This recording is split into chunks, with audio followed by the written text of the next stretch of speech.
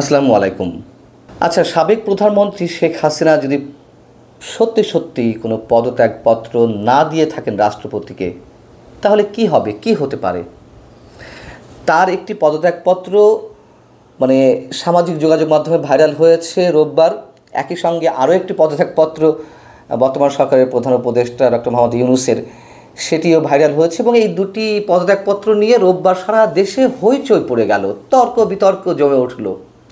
এবং এই তর্ক বিতর্কে বিশেষ করে সাবেক প্রধানমন্ত্রী শেখ হাসিনার পদত্যাগ নিয়ে আরও 2-3 দিন আগে থেকেই বেশ আলোচনা চলছে।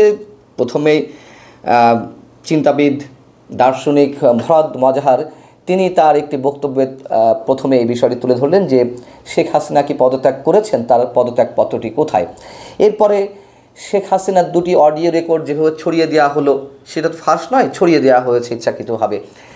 তার একটিতে শেখ হাসিনাকে বলতে শোনা গেছে যে আমি তো পদত্যাগপত্র দেইনি, এবং সংবিধানের 57 অনুচ্ছেদ অনুযায়ী যেভাবে পদত্যাগ করার কথা সেই হিসেবেও তার পদত্যাগ হয়নি। আচ্ছা, বেশ ভালো কথা।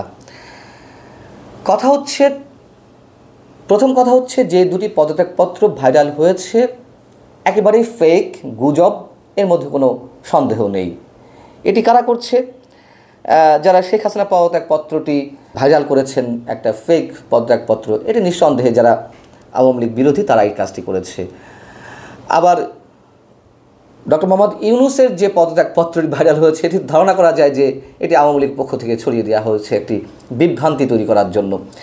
এগুলো নিয়ে আলোচনা করতে চায় না। মূল আলোচনার বিষয় হচ্ছে শেখ হাসিনা পদত্যাগপত্র না দিলে আসলে কি হতে পারে, কি হওয়ার সম্ভাবনা। কথা হচ্ছে যে তিনি তার অডিও রেকর্ড সেটিতে তো স্পষ্ট বলেছেন যে আমি আর লাশ পড়ুক তার চাই না, সেই লাশের উপর তার ক্ষমতায় থাকতে চাই না, যদিও লাশগুলো পড়েছে তারই নির্দেশে আমরা জানি।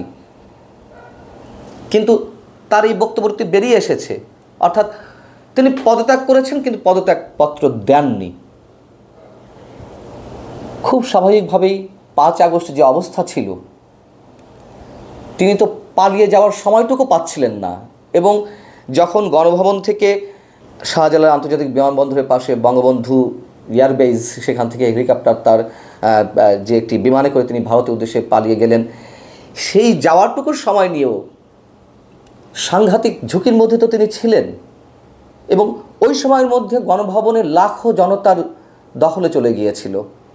তিনি রাষ্ট্রপতি পর্যন্ত যাবেন কীভাবে, কার কাছে পদত্যাগপত্র দেবেন? তার চেয়ে বড় কথা যে পদত্যাগপত্র না দিলে এখন কি হতে পারে, সেটি হচ্ছে আমরা একটু ধরে নিই শ্রীলঙ্কার কথাটি মনে করি। শ্রীলঙ্কারও তো প্রধানমন্ত্রী রাজাপাকসে, মাহিন্দা রাজাপাকসে এবং সাবেক প্রেসিডেন্ট গোতাবায়া রাজাপাকসে 2 ভাই পালিয়ে গিয়েছিলেন। তারা কি পদত্যাগপত্র দিয়ে পালিয়ে গিয়েছিলেন, নাকি তার আগেই কোনো রকমভাবে তাকে বাঁচতে হবে এই জন্য তারা পালিয়ে গিয়েছিলেন? সেম কেস শেখ হাসিনার ক্ষেত্রে। পদত্যাগপত্রটি এখানে বড় বিষয় নয়। আচ্ছা, শ্রীলঙ্কাতে গোতাবায়া রাজাপাকসে বা মাহিন্দা রাজাপাকসে পালিয়ে যাওয়ার পরে তারা স্পিকারের কাছে পদত্যাগপত্র দিয়েছিলেন, পাঠিয়ে দিয়েছিলেন ইমেইলে। এখানে এখনও আমরা ধরে নিলাম যে শেখ হাসিনা পদত্যাগপত্র দেননি, এবং এটি হওয়ারই সম্ভাবনা বেশি আমার যেটি মনে হয়। কিন্তু তার অডিও রেকর্ডে শোনা গেছে তিনি পদত্যাগ করেছেন, তিনি ক্ষমতা থাকতে চাননি। দ্বিতীয় কথা হচ্ছে তিনি পালিয়ে গেছেন। এর চেয়ে বড় আর পদত্যাগপত্র কী হতে পারে? তিনি যে পদত্যাগ করেননি 57 ধারা অনুযায়ী। 57 ধারাতে কী আছে? আচ্ছা, একটু পড়ে শোনায়। সংবিধানের 57 অনুচ্ছেদ কী বলছে? 57 অনুচ্ছেদের 1 ধারার উপধারাতে রয়েছে তিনি কোন সময়ে রাষ্ট্রপতির নিকট পদত্যাগপত্র প্রদান করেন। তিনি বলতে প্রধানমন্ত্রী, অথবা তিনি সংসদ সদস্য যদি না থাকেন। 2 ধারায় বলা হচ্ছে 57 সংসদের সংখ্যাগরিষ্ঠ সদস্যের সমর্থন হারাইলে প্রধানমন্ত্রী পদত্যাগ করিবেন কিংবা সংসদ ভাঙিয়া দেবার জন্য লিখিতভাবে রাষ্ট্রপতিকে পরামর্শ দান করিবেন, এবং তিনি অনুরূপ পরামর্শ দান করিলে রাষ্ট্রপতি অন্য কোনো সংসদ সদস্য বা সংসদের সংখ্যাগরিষ্ঠ সদস্যের আস্থাভাজন নহেন, এই মর্মে সন্তুষ্ট হইলে সংসদ ভাঙিয়া দিবেন।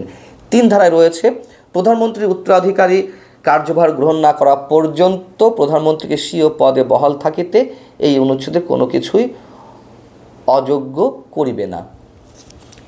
যেটি ঘটেছে অভ্যুত্থানে, তার কোনোটি কি এখানে করার সুযোগ রয়েছে?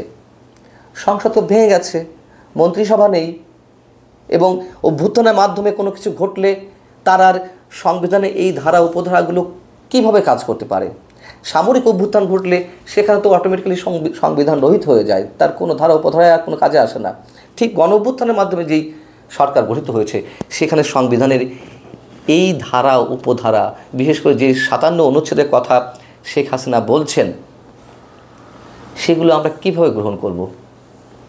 কোনো কিছুই তো আর অ্যাপ্লাই করার সুযোগ নেই।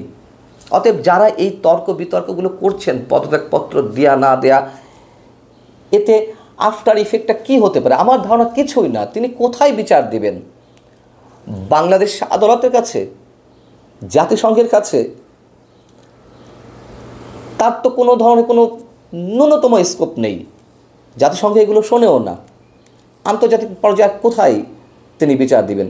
কারা তার বিচার করতে আসবেন?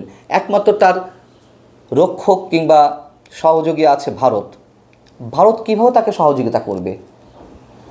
আওয়ামী লীগের নেতাকর্মীদের মধ্যেই তো একটা বড় অংশ আর শেখ হাসিনাকে চান না। তিনি প্রধানমন্ত্রী হয়ে ফিরে আসেন, এটি বাংলাদেশের মানুষ এই মুহূর্তে অন্তত আর কেউ চান না। তাহলে পদত্যাগপত্র দেয়া না দেওয়ার উপরে কি নির্ভর করে? এটা নিয়ে যারা তর্ক ছড়াচ্ছেন, একটা তো শেখ হাসিনা ছড়িয়েছেন তার নেতাকর্মীদেরকে উজ্জীবিত করার জন্য, যে আমি যে কোনো সময় ফিরে আসতে পারি, আমি চট করে বাংলাদেশে ঢুকে পড়তে পারি যে কোনো সময়, আমি পদত্যাগপত্র দেইনি, 57 অনুচ্ছেদ অনুযায়ী একজন প্রধানমন্ত্রীকে যেভাবে পদত্যাগ করতে হয় তা করা হয়নি আমার ক্ষেত্রে। অর্থাৎ এগুলো স্রেফ তার নেতাকর্মীদেরকে এক ধরনের উজ্জীবিত করার চেষ্টা করছেন। বরং এই উজ্জীবিত করতে গিয়ে তিনি যে তার নেতাকর্মীদেরকে আরও বিপদের মুখে ফেলছেন, সেটাকে তিনি বুঝতে পারছেন। এমনিতে তো দল এবং দেশকে শেষ করে দিয়ে গেছেন, নিজের দলকে সহ।